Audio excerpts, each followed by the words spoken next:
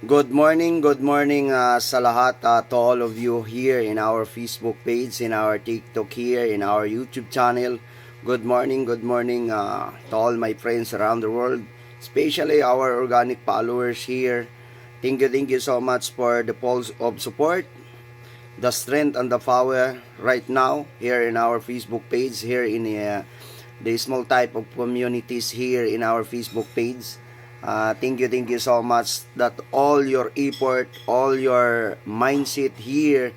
Thank you so much, and those people not yet subscribing us, especially in our YouTube, or not following us in our TikTok, Instagram, and Facebook.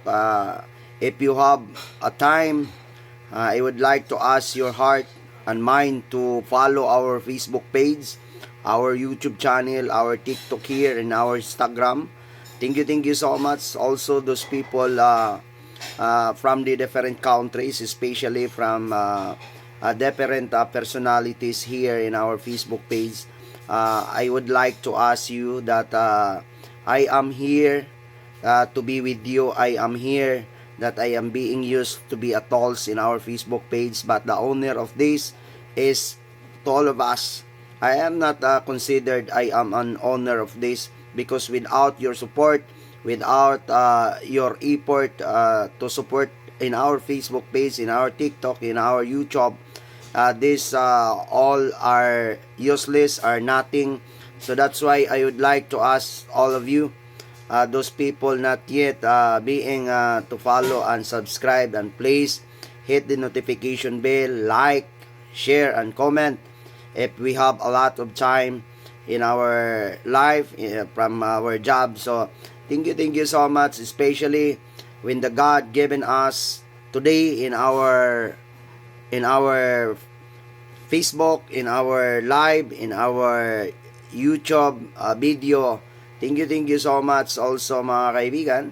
It is because, mga kaibigan, my friends, my relatives, to all my nephews, to all my sister and brothers-in-law, and sister-in-law, father-in-law, mother-in-law. Thank you so much to being supporters us. No, thank you so much also to the good leader in this country here in the Philippines.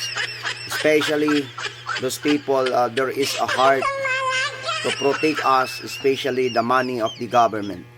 Dili pareha ng uban diha nga mudagan lang kay haron nga mangurap og kwarta sa gobyerno, haron mo pundar sa ilang kaugalingon, haron nga magahatag sila sa ilang kaugalingon isip nga ilaha kunuhay nga achievement nga para sila mudato dinhi ibabaw sa kalibutan.